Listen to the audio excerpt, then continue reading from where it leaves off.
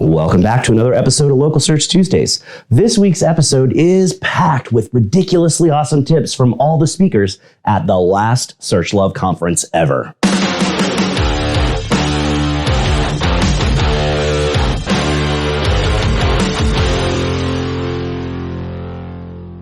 Last week I shared my slides, but this week's SearchLove episode is even better. Again, we're all kind of sad that it's the last SearchLove ever, but that didn't stop me from collecting some tips from the speakers. The lineup was beyond top-notch. I've got tips from some of the biggest names in digital marketing and SEO, so make sure you stick around and catch them all. My number one tip would be to find content market fit on Reddit. You're going to take the site that you compete with, you're going to type in their URL as well as site and colon, you're going to press enter, and what you're going to be met with on Reddit is all of the top posts that have ever been submitted to Reddit from that website. You're going to look at those, identify trends around the types of stories that will resonate with an audience. You're going to create that exact same content, but make it better, and then submit it to the subreddits where that content thrived maybe 5, 6, 7 years ago. All right, here's my tip. All the content optimization tools out there, they basically tell you to insert keywords into your content. Quick fact, ChatGPT can do that for you. So your prompt is like, hey, take this paragraph or take this page or take this content and find places to insert these words, and it'll do it for you instantly. And then you make your adjustments, voila, saved you many hours. So my SEO tip would be when you're doing SERP analysis for a particular keyword, not just to look at the fact that there are pages of different strength and a bunch of variety of URLs showing up in the SERP, but think critically about the purpose of each of those pages and the type of page it is, because so often we see a block of commercial pages, followed by a block of 3 or 4 pages that are review sites, followed by some news pages. And if you're a review site ranking number 4, you might be desperate to break into the top 3, but actually you never will. Those are service providers or retail sites. And so appreciate that you might be the top of where you can be for your kind of site, and that might be the perfect spot for you. If you are an e-commerce business, I highly recommend taking a look at how Amazon is competing against your own website. Other resellers, also including Target, Walmart, etc., you don't want them outranking your own website, because at the end of the day, you're paying them more money than what you will you will ultimately pay yourself through that process. Okay, great. So I've been having serious issues with clients that are trying to get attribution and try to develop, like, what is the organic revenue that were generated, or what is the revenue that's generated by a particular marketing campaign, like an affiliate campaign, a YouTube campaign, particular landing pages. So I've been working with Mixpanel, which is an amazing platform for analytics. I can dump all of my data from Snowflake and blend like my CRM data, my application data, my organic or my Google Analytics data, that I'm pulling my Search Console data, etc., and blend it in one place so that I can get a timeline of each user and their activities and engaging with my brand and the products. And I can use that to slice and dice it, so I can say, like, people who are involved in this particular Optimizely experiment are more likely to renew their licenses, or those people are going to attach themselves to these particular pieces of content and then convert later. So I think the tip here is that, one, use a platform like Mixpanel where you can blend all of your data in a very user-friendly dashboard that you can share across the organization to have access to things that are normally incredibly gated, like, for example, the Salesforce data and reports you get out of Einstein.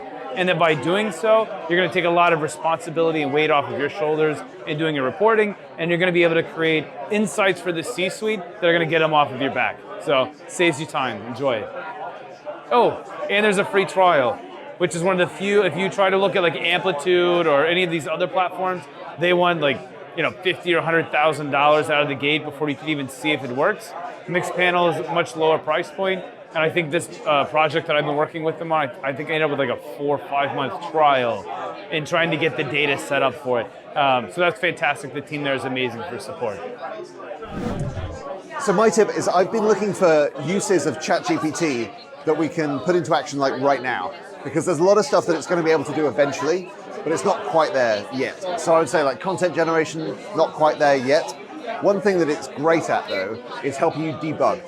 and in particular, debugging things like regular expressions. I don't know about you, but I hate figuring out why my regular expression doesn't do what I meant it to do. So you just paste in the regular expression you've got, and say, why doesn't this match whatever it is you're trying to match? And not only will you get the right answer, but it'll explain what you've done wrong and where it's where the whole thing has gone wrong for you. All right, quick video tip. We were just talking about it actually.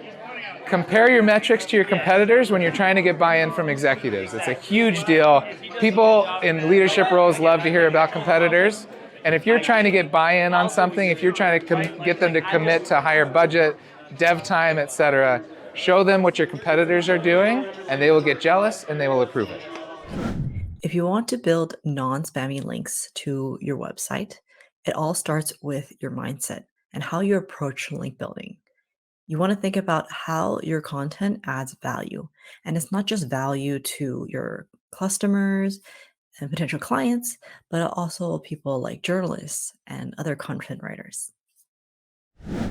Custom channels for grouping traffic have just been announced for GA4, which is great, but you may not also know that there are new channel options in GA4, such as organic shopping, such as different video channels. There's also an audio channel, which is really interesting if you do, say, advertising on podcasts or mention links to things on podcasts. So definitely check out the default GA4 channel groupings. If you just Google that, it will take you to the page, and then you can see the different sources and mediums you have to play with, along with what Google now considers to be organic social. They have a whole spreadsheet you can download that has everything that you need. As for setting up custom channels, you can only set up a couple unless you're paying for 360. So definitely consider wisely, what is something that is a custom channel for you? Because don't forget as well, if you take that GA4 data and you actually report on it in Looker Studio, you can use what's called a case function to resort your data into different buckets. So we do this a lot, for example, for our local SEO clients, where we'll take their Google Business Profile traffic out of organic and put it in its own channel, and we'll take your Yelp traffic, for example, if they have a lot of that, Nextdoor will put it all in its own channel. And that way, even though it might all show up as, say, organic or referral in GA4 itself, when we get to the reporting in Looker Studio, it's separated out into channels that make the most sense for the client. So check out the GA4 channel groupings, learn about the case statement in Looker Studio, and consider what might be a good custom channel for your business. At SearchLove San Diego this year, I talked about the countdown to GA4. Yes, for free customers of Universal Analytics, you will still stop collecting data starting July 1st of 2023. So making the move to GA4 is even more important now. I covered some of the awesome new things that have launched in GA4 in the past year, including my favorite report filters, as well as a new landing page report and many more awesome things. I also covered some of the common misconceptions about GA4, such as there's just not a lot of data there. The reports are too simple. My tip there, check out details reports. There is so much information that is included in a single details report. For example, the tech details report actually has 10 different dimensions or 10 different reports that you can use that one single table report for. I hope this helps, and I hope to see you all again soon. One of my favorite tips when you're feeling that negative self-talk kind of swirling through your mind and you can't really stop it is to think about something that you're grateful for. Reason being, whenever that negative self-talk is running, actually the default mode network in your brain, the processes that make you kind of go on autopilot, they're kind of working on overdrive, and it leaves your brain with a lot of stuff to kind of just do and think.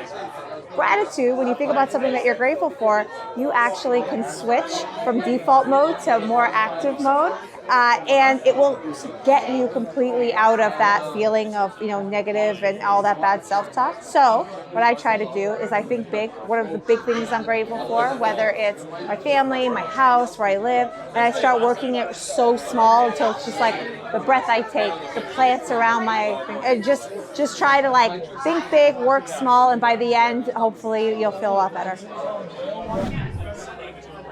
Most of you hopefully remember Russ Jones. If you don't know who Russ was a dear friend and an incredible colleague of mine at Moz. He had been in the digital marketing agency world for a long time before that, and he worked on domain authority. In fact, that was his pride and joy when he was at Moz. Russ Jones sadly passed away in 2021. And the last The last email, second to last email that Russ ever sent me, he was really upset. He sent me an angry email. It was about the transaction that was happening with Moz. Like he was pissed. He didn't like some of the terms. He didn't like how some of the people who'd been there for a long time were getting treated. And when I got this email, I wasn't on the board of directors. I didn't have a say anymore. I'd been out of Moz for years, but I understood his frustration and anger. And you know, I showed Geraldine the email, and she was like, I don't understand. Russ is a good friend. How could he think that you would be behind this? How could he think that you would do this to your teammates? And I was like, he's upset, he's angry, it's emotional, let's just give him the benefit of the doubt. And I wrote him back a really sweet email, and I was like, hey man, I totally get where you're coming from. And if you know of anybody who's getting screwed, Geraldine and I are making a list, because this transaction is gonna send us a lot of money. And we don't deserve all of it. And like, you tell me, I will write a check to whoever needs it. And Russ wrote back, he wrote back 4 days before he died. 4 days before he died. And he was like,